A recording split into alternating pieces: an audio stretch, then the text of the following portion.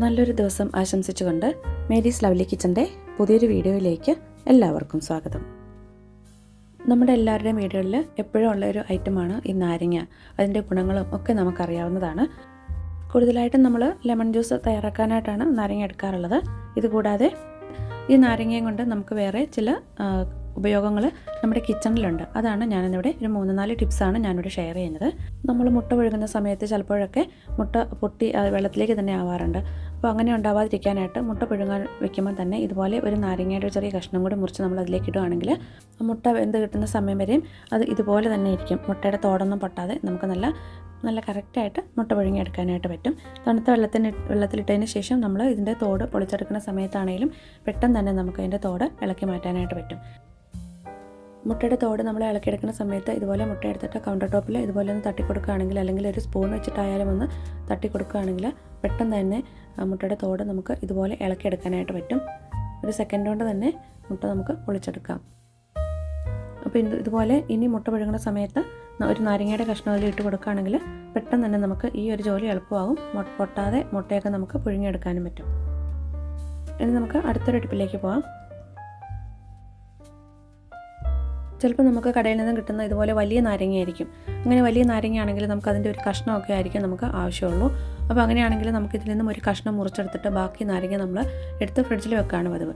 ഇനി അങ്ങനെ നമ്മൾ ഫ്രിഡ്ജിൽ വെക്കുന്നതിന് മുമ്പ് ഇതുപോലെ അതിൻ്റെ അറ്റത്തുള്ളൊരു ഭാഗം ഒന്ന് മുറിച്ചെടുത്ത് മാറ്റിയിട്ട് ആവശ്യമുള്ള പീസ് നമുക്ക് അതിൽ നിന്ന് മുറിച്ചെടുക്കാം. ബാക്കിയുള്ള ഭാഗം നമ്മൾ എടുത്ത് വെക്കുന്നതിന് മുമ്പ് ഇതുപോലെ ആദ്യം മുറിച്ച് മാറ്റി വെച്ച ആ കഷ്ണം വെച്ച് ഇതുപോലെ ഒന്ന് അടച്ച് വെക്കാം. അതിനുശേഷം ഒരു ടൂത്ത് പിക്ക് വെച്ചിട്ട് ഒന്ന് കുത്തി വെക്കുകയാണെങ്കിൽ അത് ഇളകിപ്പോകാതെ അതിങ്ങനെ തന്നെ നമുക്കെടുത്ത് ഫ്രിഡ്ജിൽ സൂക്ഷിച്ച് വെക്കാനായിട്ട് പറ്റും. അപ്പോൾ ഇനി നാരങ്ങ നിങ്ങൾ വാങ്ങുമ്പോൾ ഇതുപോലെ ഒന്ന് ചെയ്ത് നോക്കുക. ചിലപ്പോഴൊക്കെ നമ്മുടെ കിച്ചൺ സിങ്ക് ഇതുപോലെ തിളക്കമില്ലാതൊക്കെ ആവുന്ന സമയത്ത് നമ്മൾ പല കെമിക്കൽസൊക്കെ അതിനകത്തേക്ക് ഉപയോഗിച്ചിട്ട് അത് ക്ലീൻ ആക്കി എടുക്കാറുണ്ട്.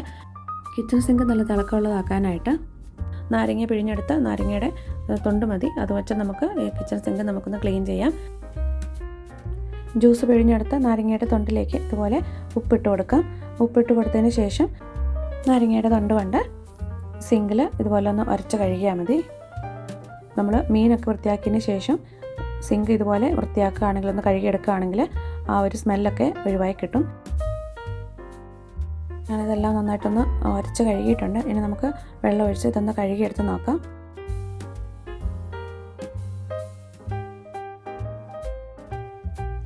സിങ്കിലെ ബാഡ് സ്മെല്ലൊക്കെ പോയിട്ട് നന്നായിട്ടൊന്ന് തിളക്കമൊക്കെ വെച്ചിട്ടുണ്ട്. ഇതുപോലെ ഒന്ന് ചെയ്ത് നോക്കുക. ഇതുപോലെയുള്ള ഗ്ലാസിൻ്റെ മൂടിയൊക്കെ ക്ലീൻ ചെയ്യാൻ നമുക്ക് ഇതുപോലെ നാരങ്ങയുടെ തൊണ്ടും ഉപ്പും ചേർത്താൽ മതി. ഇതുപോലെ ഉപ്പ് ഒരല്പം അതിന് മുകളിലേക്ക് ഇട്ട് കൊടുത്തിട്ട് നാരങ്ങയുടെ തൊണ്ട് വെച്ചിട്ട് ഇതുപോലെ ഒന്ന് അരച്ച് കഴുകിയാൽ മതി. ഡിഷ് വാഷ് ലിക്വിഡ് ഒന്നും ഇല്ലാതെ തന്നെ നമ്മുടെ ഗ്ലാസിൻ്റെ പാത്രങ്ങളോ അല്ലെങ്കിൽ മൂടിയൊക്കെ ഇതുപോലെ കഴുകിയെടുക്കാനായിട്ട് നാരങ്ങയുടെ തൊണ്ടും അല്പം ഉപ്പ് പൊടിയും മാത്രം മതി.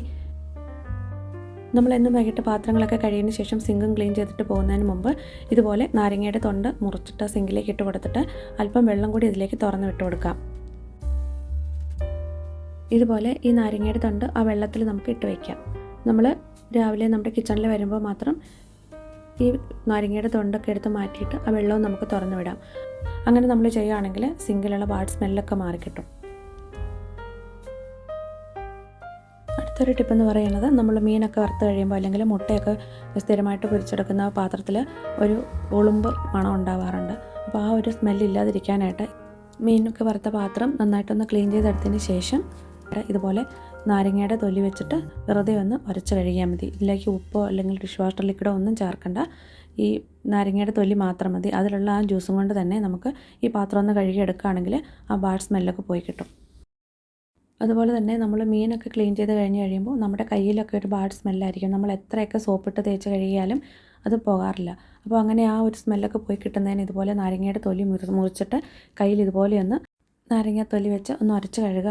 വെള്ളം ഒഴിച്ച് നമ്മൾ കഴുകിയെടുക്കുകയാണെങ്കിൽ കയ്യിൽ ആ മീനൊക്കെ മുറിച്ചതിൻ്റെ ആ ബാഡ് സ്മെല്ലൊക്കെ പോയി കിട്ടും.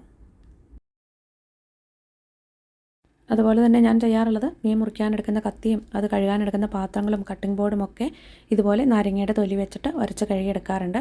അപ്പോൾ ആ സ്മെല്ലൊന്നും ഇല്ലാതെ തന്നെ അതൊക്കെ നല്ല ക്ലീനായി കിട്ടും.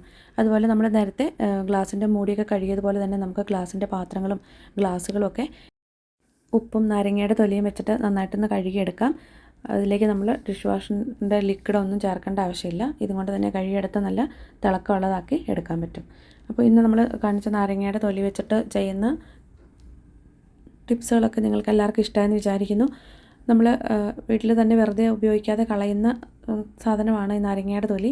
അപ്പോൾ അത് വെച്ചിട്ട് നമുക്ക് ഇതുപോലെയുള്ള കുറച്ച് യൂസ്ഫുള്ളായിട്ടുള്ള കാര്യങ്ങളൊക്കെ ചെയ്യാം. ഇന്നത്തെ വീഡിയോ നിങ്ങൾക്ക് എല്ലാവർക്കും യൂസ്ഫുള്ളായെന്ന് വിചാരിക്കുന്നു. വീഡിയോ ഇഷ്ടമായെങ്കിൽ നിങ്ങളുടെ കമൻസൊക്കെ ഒന്ന് അറിയിക്കുക.